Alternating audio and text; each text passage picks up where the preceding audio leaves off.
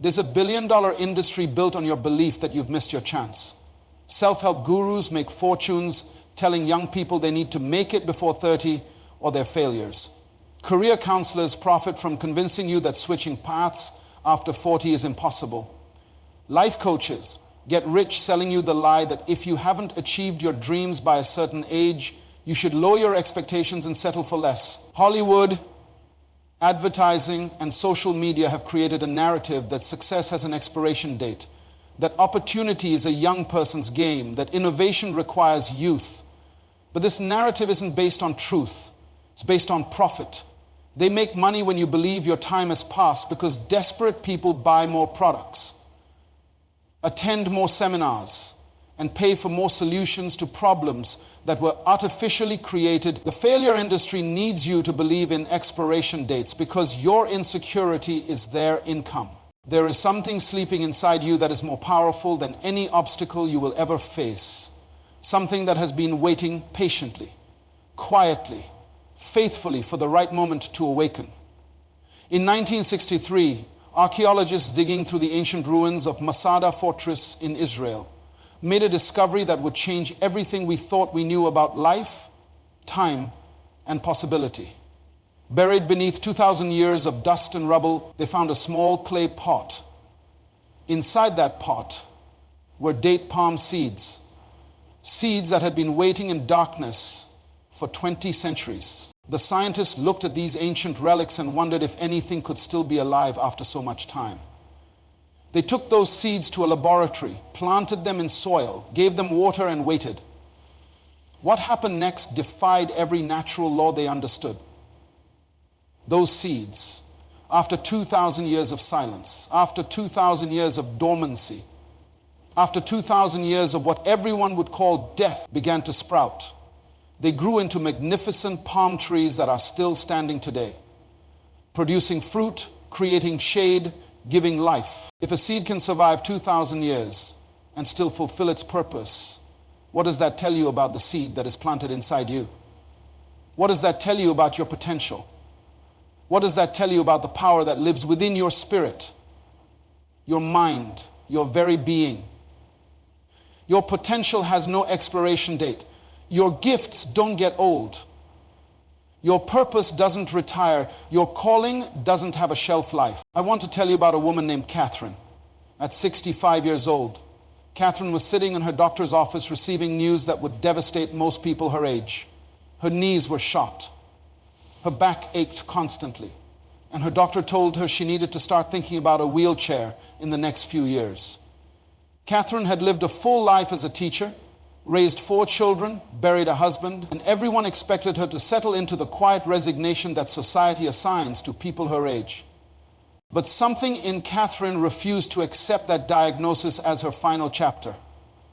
Instead of buying a wheelchair, she bought running shoes.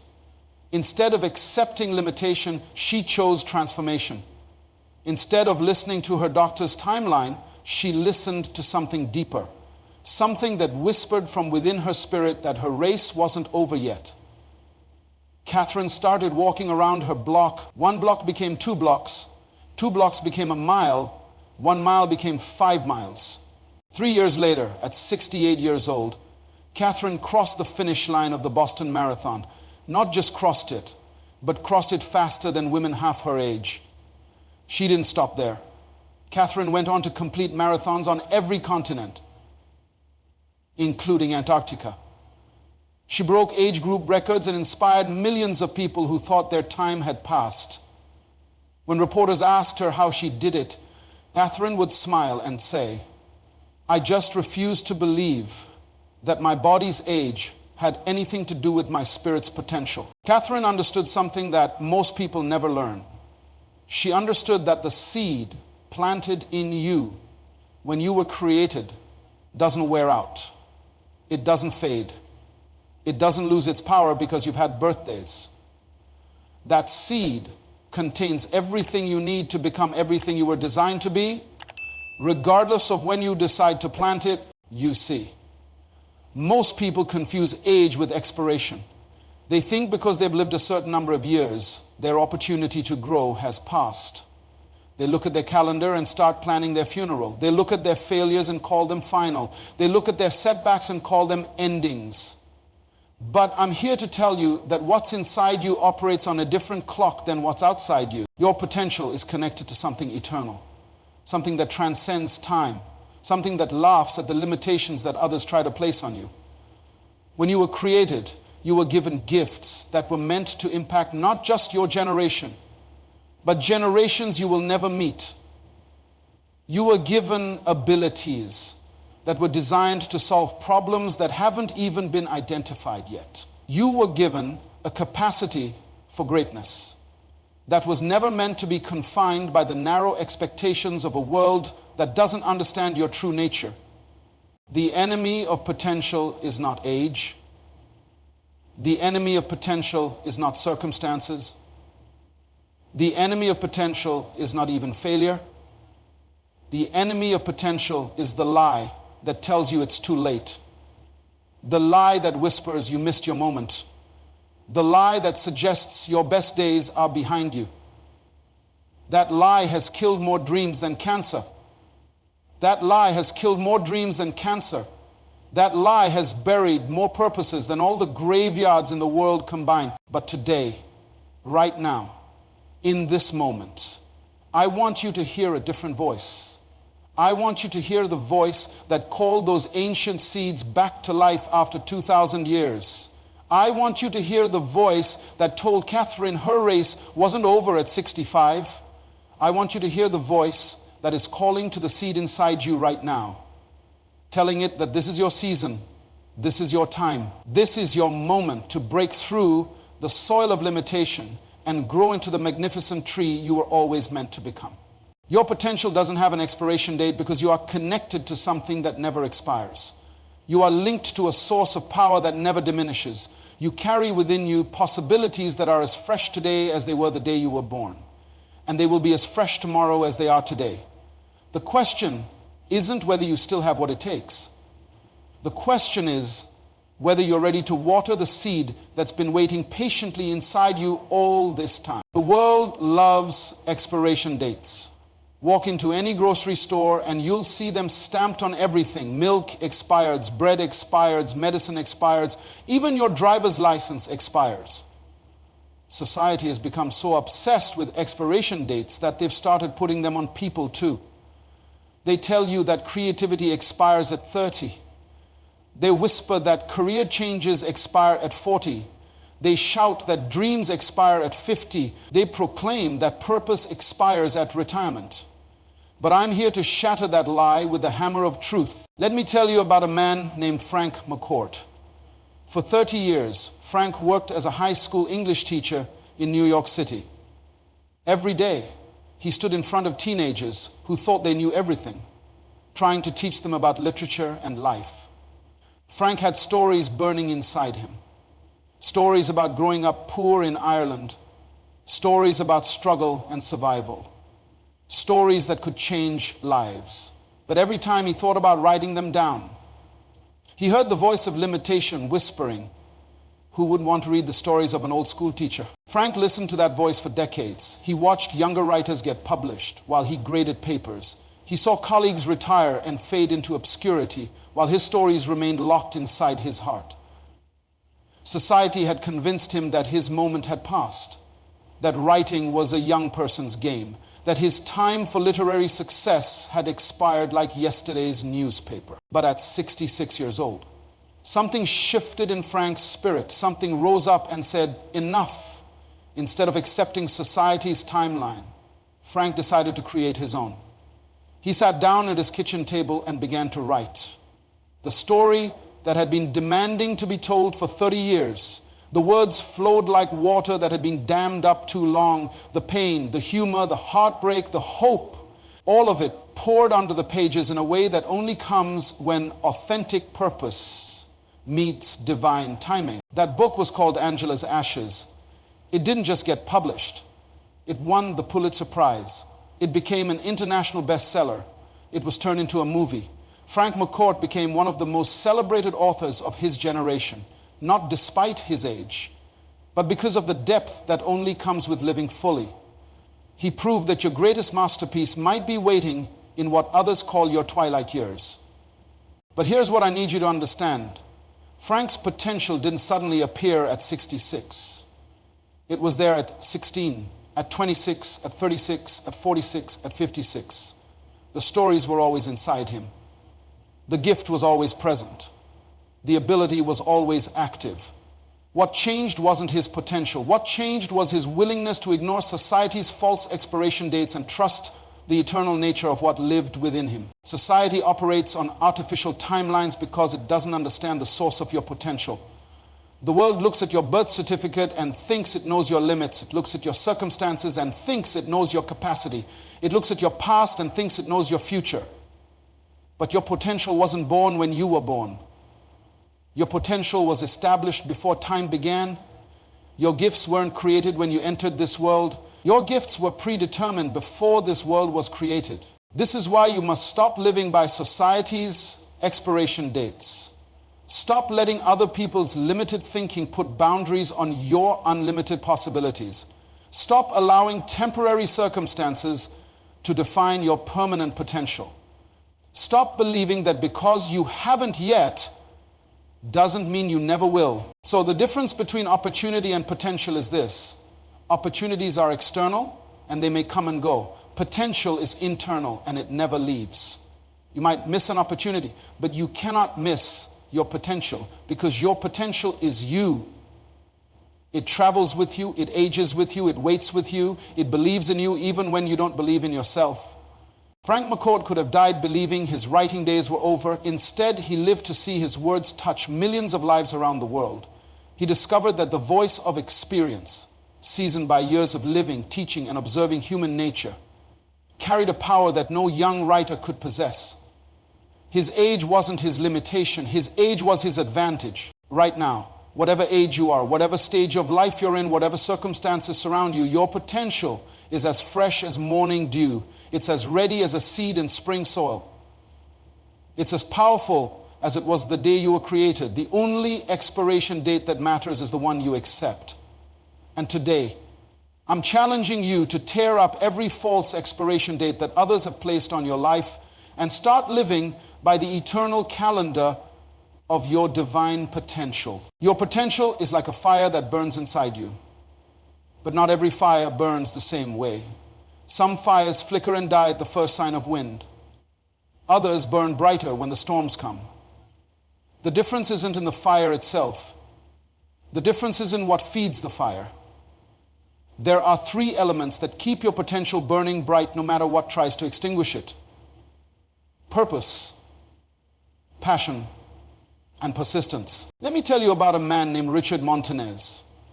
For 20 years, Richard worked as a janitor at a Frito-Lay factory in California. Every day, he swept floors, emptied trash cans, and cleaned bathrooms, while executives in suits walked past him as if he were invisible.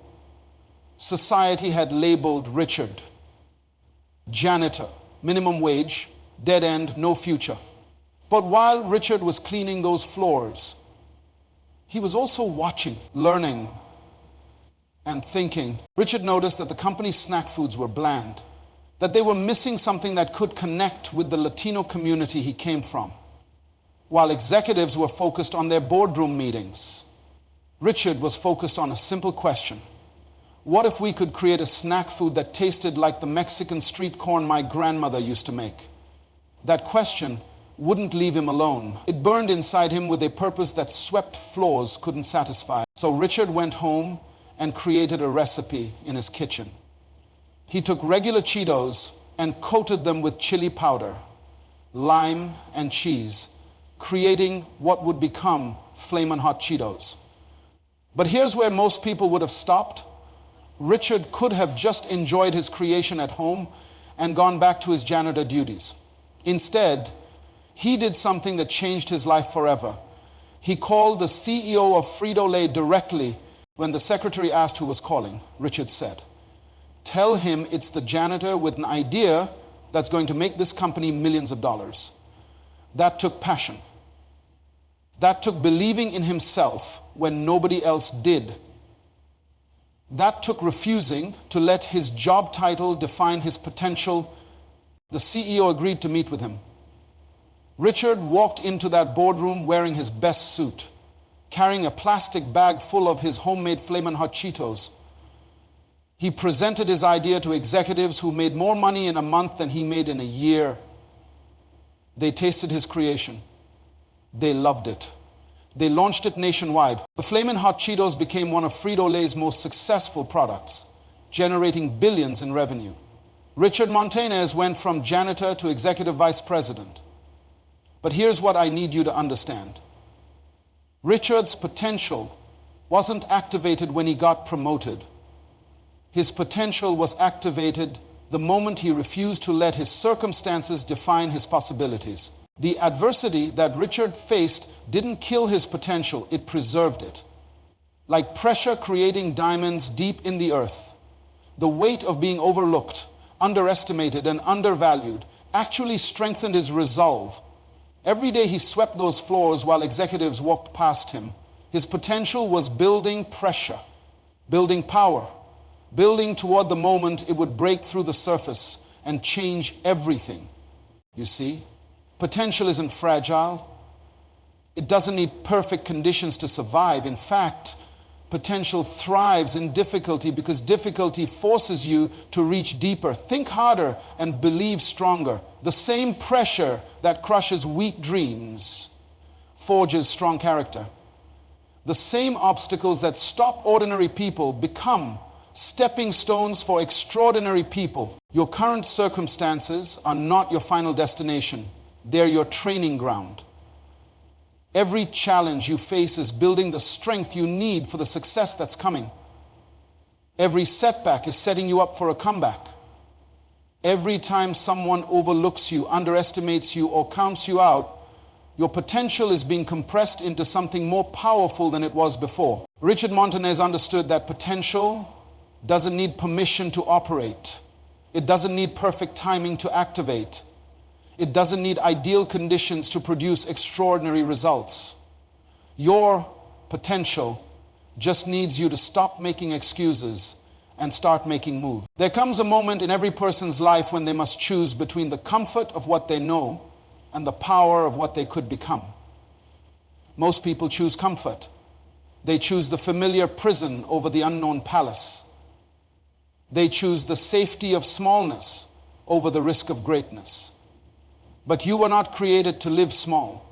You were created to live significant. Let me tell you about a woman named Laura Ingalls Wilder.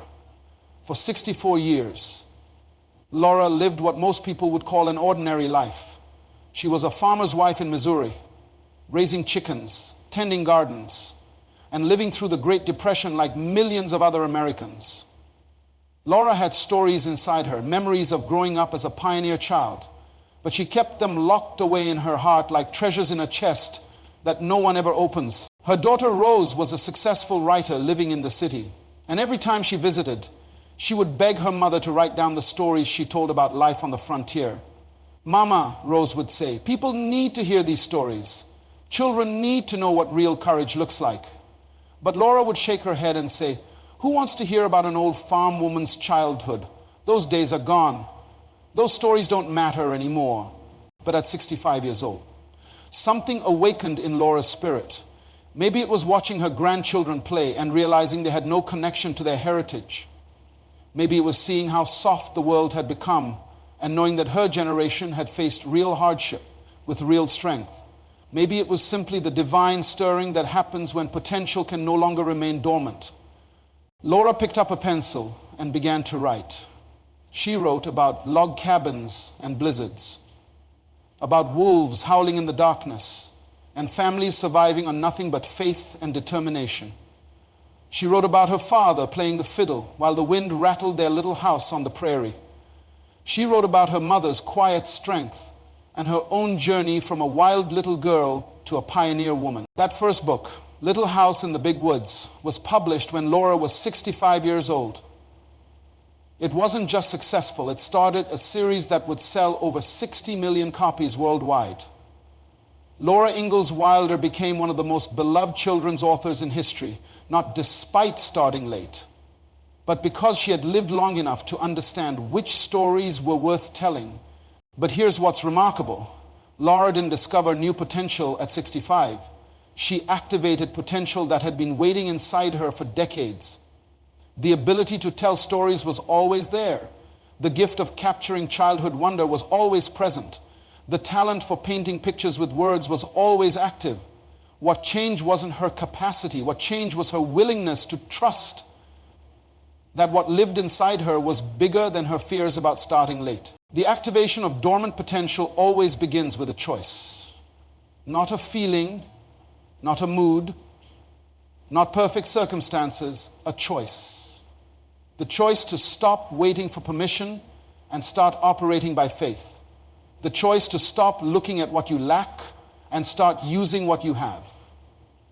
The choice to stop comparing your beginning to someone else's middle and start writing your own story. Your potential has been patient with you.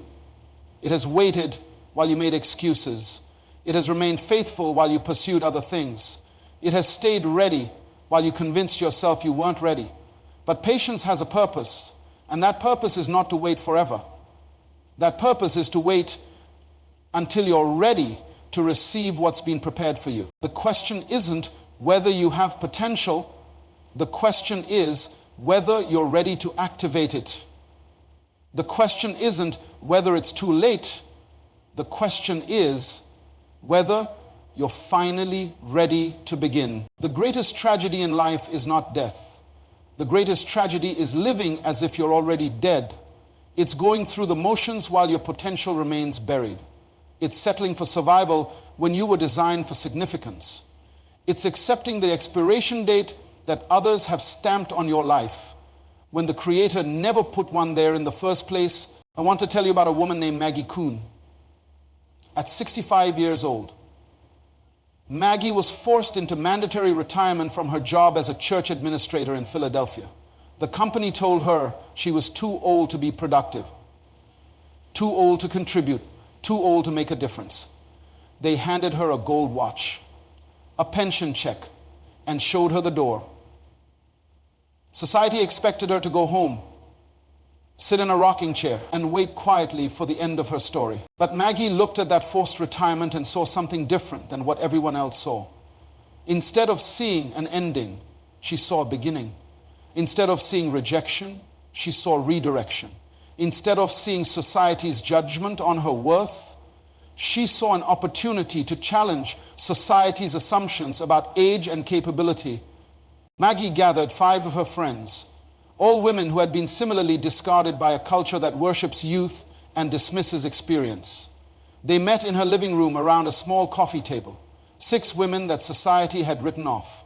6 women that the world had decided were no longer relevant. But in that living room, something powerful was born. They called themselves the Grey Panthers, and they decided to fight age discrimination with the same passion that others fought racial discrimination. What started as 6 women meeting in a living room became a movement that would change laws, challenge institutions, and transform how America thinks about aging. Maggie Kuhn became one of the most influential activists of her generation, not in spite of her age, but because of it.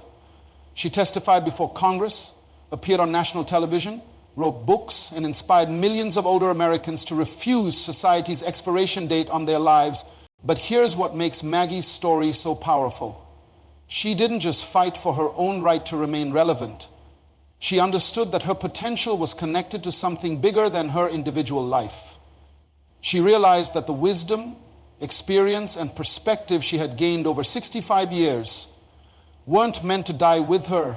They were meant to be invested in future generations. They were meant to create changes that would outlive her physical existence. Maggie lived to be 89 years old, and she spent every one of those 24 post-retirement years proving that society's timeline was a lie. She showed the world that your greatest impact might come not in your prime years, but in your bonus years.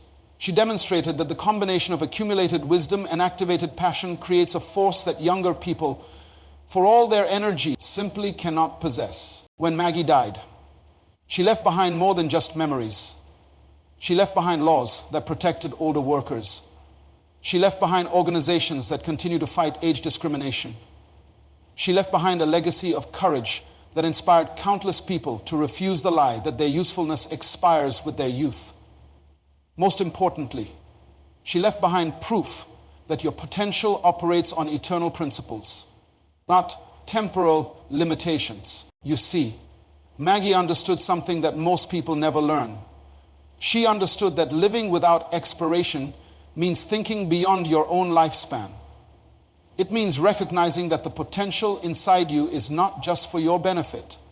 It's for the benefit of people you will never meet, problems you will never see, and generations you will never know. Your activated potential has a ripple effect that extends far beyond your ability to track or measure. Every time you refuse to accept society's expiration date on your dreams, you give permission to someone else to do the same.